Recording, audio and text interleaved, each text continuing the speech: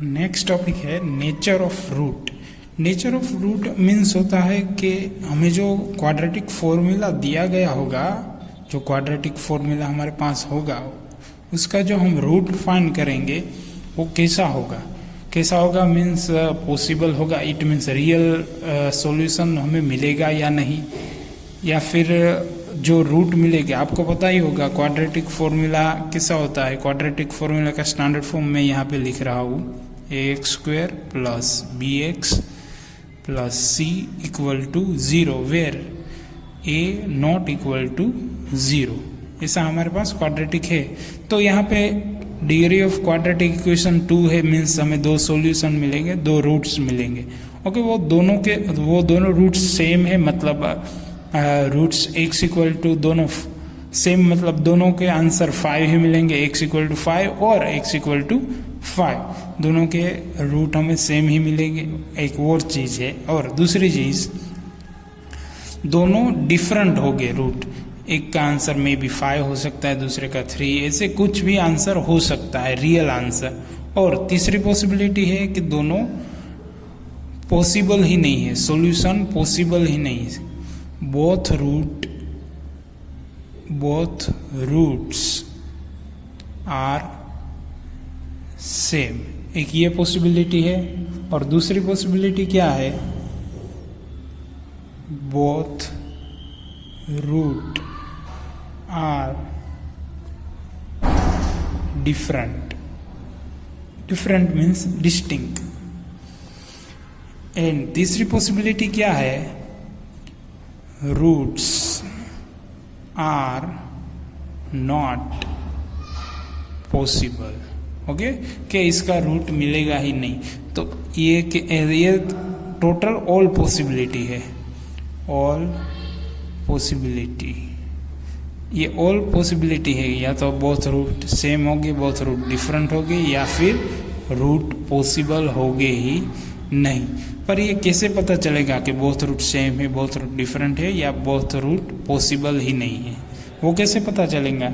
तो हमें यहाँ पे क्वाड्रेटिक इक्वेशन है हमारे पास यहाँ पे, ठीक है, उसके बेसिस पे ही हम पता कर पाएंगे कि रूट सेम होंगे, डिफरेंट होंगे, या रूट्स मिलेंगे ही नहीं। तो हमारे पास हमने क्वाड्रेटिक फॉर्मूला ऑलरेडी पढ़ा है, उसमें हमने डिस्क्रिमिनेंट पढ़ा था, इट मीन्स डेल्टा।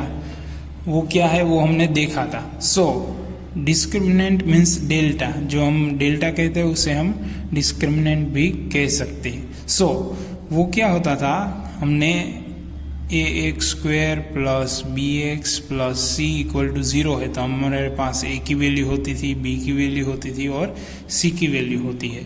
उसके बेसिस पे हम डेल्टा डिस्क्रिमिनेंट फाइंड करते हैं, b स्क्वायर माइनस 4ac, इसके बेसिस पर। तो ये जो है डिस्क्रिमिनेंट, उसके बेसिस पे हम फाइंड करते हैं। सो हमें d मिलता है, d की कोई वैल्यू मिलती है, d की वैल्यू।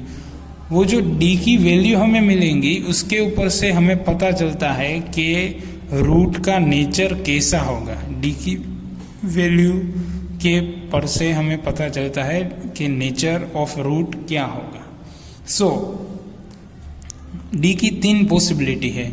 ओके, या तो d इक्वल टू हमें 0 मिलेगा, या तो d 0 से बड़ा मिलेगा, या तो d 0 से छोटा मिलेगा। सपोज d 0 से छोटा है मीन्स नेगेटिव है, d 0 से छोटा है मीन्स नेगेटिव है, माइनस में आंसर मिलेगा। d इक्वल टू 0 है और d 0 से बड़ा है मीन्स पॉजिटिव है, पॉजिटिव है मीन्स प्लस में आंसर मिलेगा। ठीक है, सो ये हमारे पास पॉसिबिलिटी बनी है। ठीक है, सो यहाँ पे d या तो नेगेटिव है, या तो 0 है, या तो पॉजिटिव है। अगर d नेगेटिव है, माइनस में आंसर मिलता है, so real roots not possible, real root not possible. यहाँ पे d इक्वल टू 0 मिलता है, तो आंसर रूट का नेचर क्या होगा, बोथ रूट्स आर सेम, दोनों रूट क्या हो गए, सेम हो गए। ये कैसे पता चलेगा? ओके, ये तो मैंने बता दिया कि d इक्वल टू 0 है तो हमें बोथ रूट सेम मिलेंगे, ठीक है। पर कंफर्म कैसे कि आप कैसे कह सकते हैं कि d 0 है तो बोथ रूट सेम होते? यस, हम एग्जाम्पल लेके कर सकते हैं, पर हर एग्जाम्पल में ऐसा हो ये ज़रूरी नहीं है। तो हमारे पास प्रूफ होना चाहिए कहने के लिए।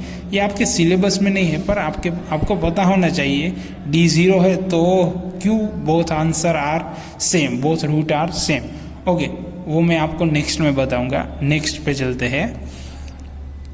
अगर d पॉजिटिव है, ओके, मतलब हमें आंसर तो मिलेगा ही, ओके, एक पॉसिबिलिटी है। सो बोथ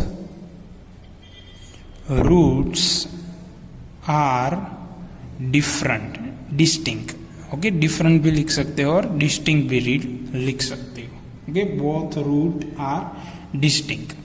ओके, अभी इसके बेसिस पे हम पता करेंगे।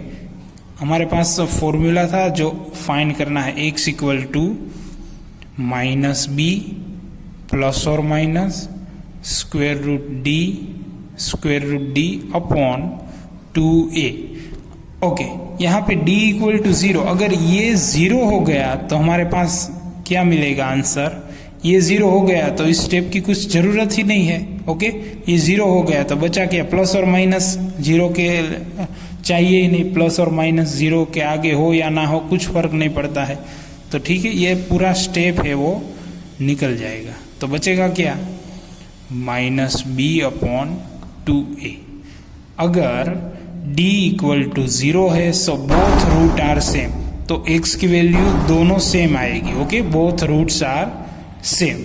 सो ये सॉल्यूशन है if d equal to 0, if d equal to 0। So next हम देखते हैं। नेक्स्ट में हम क्या देखेंगे कि रूट दोनों 0 नहीं होंगे, d की वैल्यू 0 से बड़ी होगी। Okay, so x equal to minus B, ये तो ऐसे ही रहेगा, प्लस और minus square root D upon 2a। Okay, इसमें कुछ चेंज नहीं होगा। रूट क्या हमें मिलेंगे? इसके रूट हमें minus B plus square root D upon 2a। एक रूट ये हुआ और दूसरा रूट क्या हुआ? माइनस बी, यहाँ पे प्लस है तो माइनस लेना पड़ेगा, square root D upon 2a।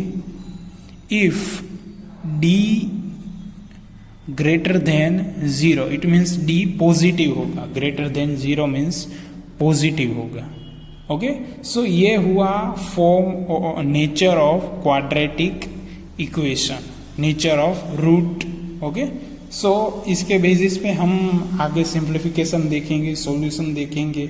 Okay, तो अगर ये आप चेक कर लेंगे, ये जो वैल्यू है, अगर आप ये सिर्फ चेक कर लेंगे वैल्यू ऑफ d, ओके, वहीं से आपको आंसर कैसा मिलेगा, रूट कैसा मिलेगा वो पता चल जाएगा। अगर d 0 से छोटा है, ओके, तो आपको आगे सम करने की ज़रूरत ही नहीं, वहीं पे आप स्टॉप कर सकते हो। नेचर रियल रूट पॉसिबल नहीं है। अगर d 0 होता है तो आपको पता चल जाएगा कि हमारा आंसर सेम ही मिलेगा, बोथ रूट सेम ही मिलेगी। अगर d 0 से बड़ा होता है तो आपको पता चल जाएगा कि both roots are different. So next में हम एग्जाम्पल देखेंगे। ये वीडियो हम यहीं पर रोकते हैं।